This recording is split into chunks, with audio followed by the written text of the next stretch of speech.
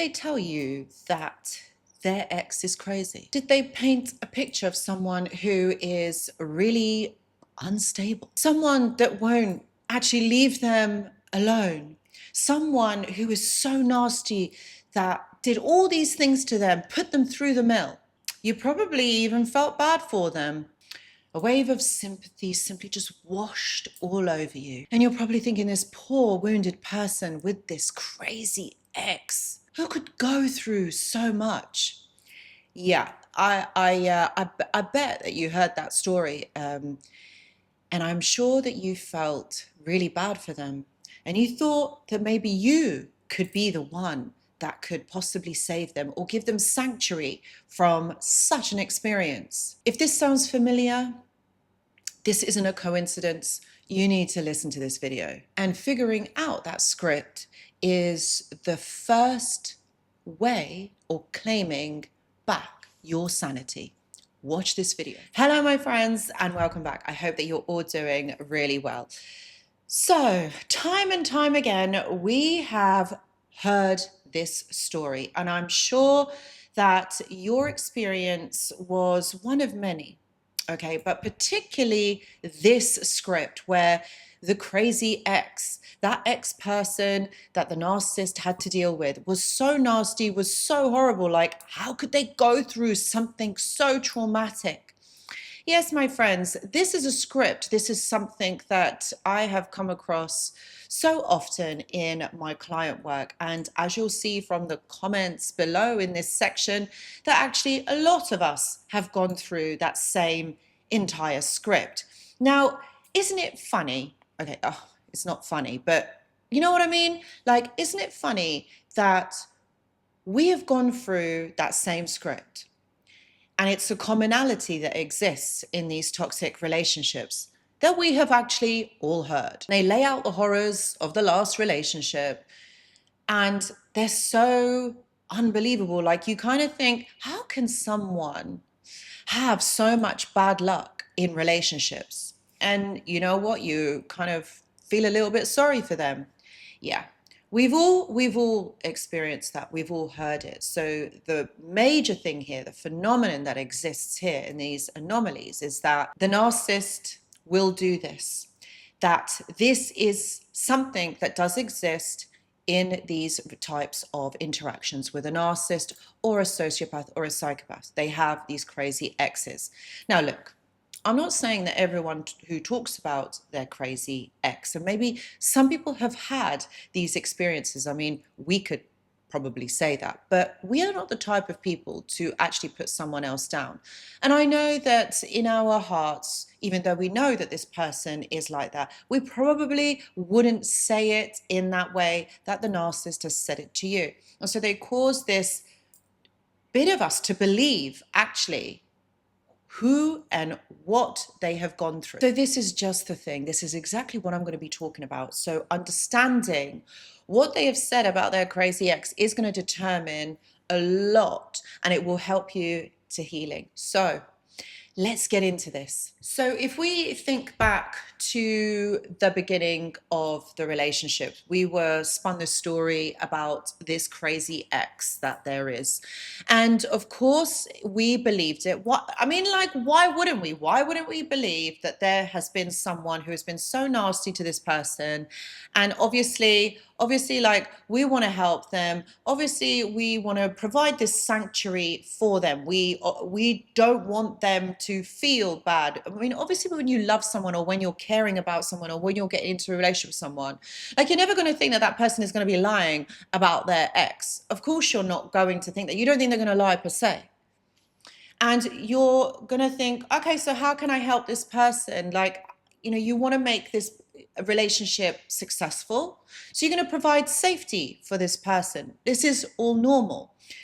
But they tell you these stories just to kind of make you shake your head. Oh, my ex used to do this, and my ex never used to let me do that. And also, it's so bad that this person was like this to me, and the one before that was like that to me. So this is the narrative that you probably would have heard. What happens is it creates this kind of complex. You become the hero in their story. It's almost like they say something and they say, well, I'm so glad that you would never do that. Like, you know what? You are different. And also what it does create is the fact that you would never reach out to this person to compare notes. Like, for example, if the narcissist is being nasty to you, which the mask will slip, it prevents you from actually reaching out to that person because you think, oh, there's something wrong with them. I'm not going to be reaching out. I'm not going to be trying to, maybe talk about this person. So it kind of stops you from doing that. You just write it off and you think, oh, okay, well, that ex must have been crazy. Yeah, I'm not going to be contacting them. Secondly, it teaches you the unwritten rules of the relationship, and you are really unknowing to this.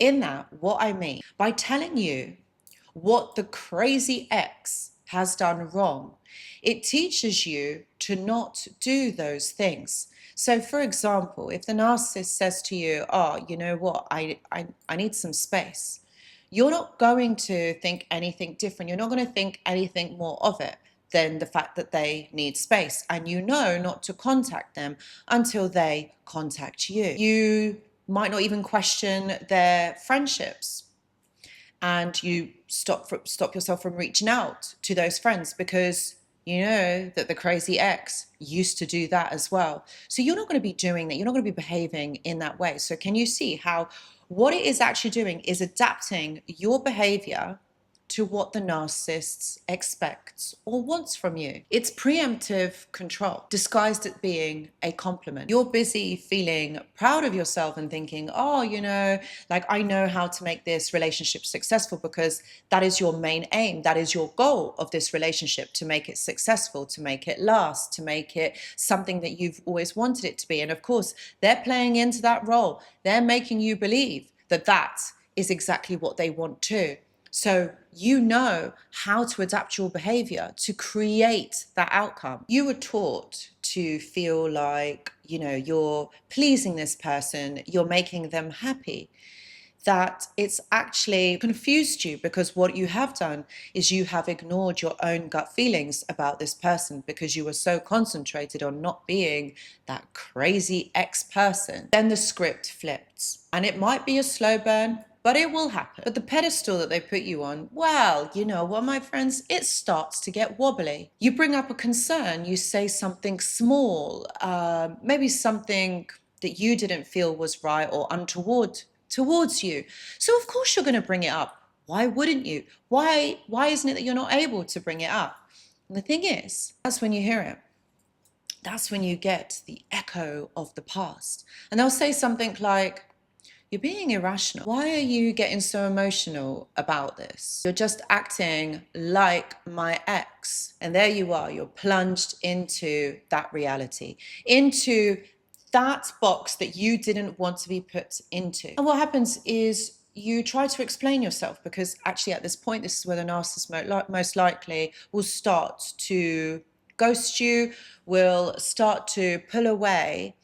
And you're going to be feeling upset because you're like, oh my God, like, why is this happening? I thought we were okay. I thought I wasn't the crazy ex. You're going to try and want to explain yourself. There you have it. You're going to be explaining yourself, sending those long text messages to try and justify your behavior, and just say, oh, no, be really apologetic, make excuses for their behavior.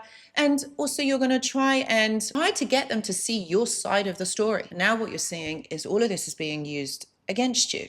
And this happens not once, not twice, not 3 times, but most of the time throughout the relationship. But all that has been happening is that the narcissist has been doctoring your behavior, your understanding of them. And suddenly you're also being called crazy on not just one occasion, maybe not even 5, but throughout the relationship. And then what happens? There is this projection and blame shifting, okay? So that they never do anything wrong.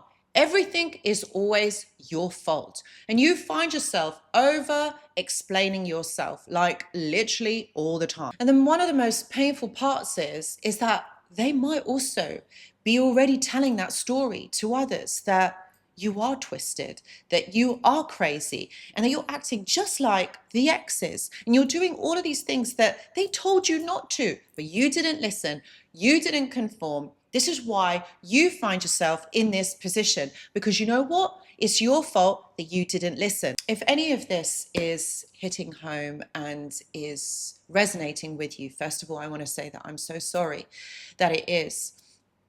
What I want to say to you is, if you want to work through this and understand this more in depth, please know that I do offer one-to-one consultations. Please see the description box for more details if you are interested. And if this video is also checking the boxes, please do give it a thumbs up. And if you haven't already, please consider subscribing to the channel, because every little subscribe is not little, it's big. It means the world to me. So I really would love it if you were here to join the community. Thank you so much. To break free from this, you kind of have to understand why this actually happens. And in this part of the video, this is what I really want to explain as to why this actually happens, and that it is a script, and that it is a phenomenon, and it's more common than you think. And just want to say that you're not crazy. This is all about projection and blame shifting. What the narcissist wants is conformity. They don't want a relationship with you. They just want you to conform. They want you to listen and do what they say. So for them, it's very important that you conform, because they need to be able to control the narrative. And the key word being here is control. So the way that they can get control from you is if they manipulate the outcome, if they manipulate everything to, they have an outcome that they want, that they believe will happen. So they're going to do everything in their power to achieve that outcome. So that does mean that you have to have a level of participation in this, which is the conformity. They control the story all the time. And that's how they are able to achieve what it is that they do. This isn't a relationship where you're going to be together, grow, and be happy. That's not what's happening here. And I know that for so many of us, this is so upsetting, because we did want this. We did want a relationship with this person because we fell in love with the potential of this person. And I'll be honest with you, most of the time, you probably lived in hope that this person will change, that they will be different, that somehow you will be able to mend it. But the thing is, you don't have to work so hard in a relationship. If that is what you have to be doing all the time, every single day, then that isn't a relationship. That is you being a martyr. That is you going above and beyond. And this isn't a relationship. You're not relating. What you're doing is you are literally walking on eggshells. You are adapting your behavior to suit another person. That's not a relationship. That's abuse. And you see, this is how a narcissist lines up their next partner. They talk about the crazy ex, and this is a really, really important factor, I mean, for you going forward. Anyone who is talking about their ex, bad-mouthing their ex, their friends, or their family, you think they're not going to do that about you? You think you're going to be the special one? There's no such thing. You have to listen to how someone talks, how someone expresses themselves. And why are they bringing up their past? Unless you've asked, okay. But why is someone bringing up their past? That's the past. That's their past. That doesn't come into your relationship between the two of you. Okay, yeah, you talk about it, okay, at some point, but we don't go on and on about it. We don't compare people, because one person is not the same as another. So what they are doing is they're already lining you up. That's how they are able to control the narrative, control you. They're already telling you what they don't want, what they expect from you. And you see, when you don't do that, look at what happens. The projection, the shame, rage, the anger, that all comes out onto you. And you're the one that's scrambling around to prove yourself, because that's how they've made you feel, that you are crazy, that you are the one that needs to be proving yourself. This isn't a relationship. This is not how things are supposed to be when two people love one another. You have to reframe the story. Okay, all of the compliments that they had said wasn't a description or a compliment.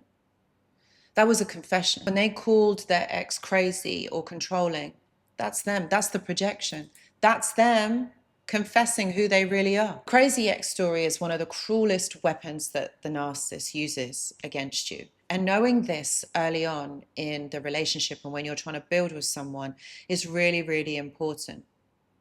Yes, in some cases, the ex probably was crazy, but they were probably dealing with a narcissist. Okay, and this is few and far between. Please don't think that everyone that says their ex was crazy is crazy. But this is the weapon that the narcissist uses against you. This is to protect the abuser from ever looking in the mirror. But once you realize that this is predictable and that this behavior is something that they do all the time, it will really help you to move forward and understand that this isn't you. It's not about you. So guys, I really hope that this video has helped, and I hope that I will see you in the next one. And don't forget to subscribe, my friends. Goodbye.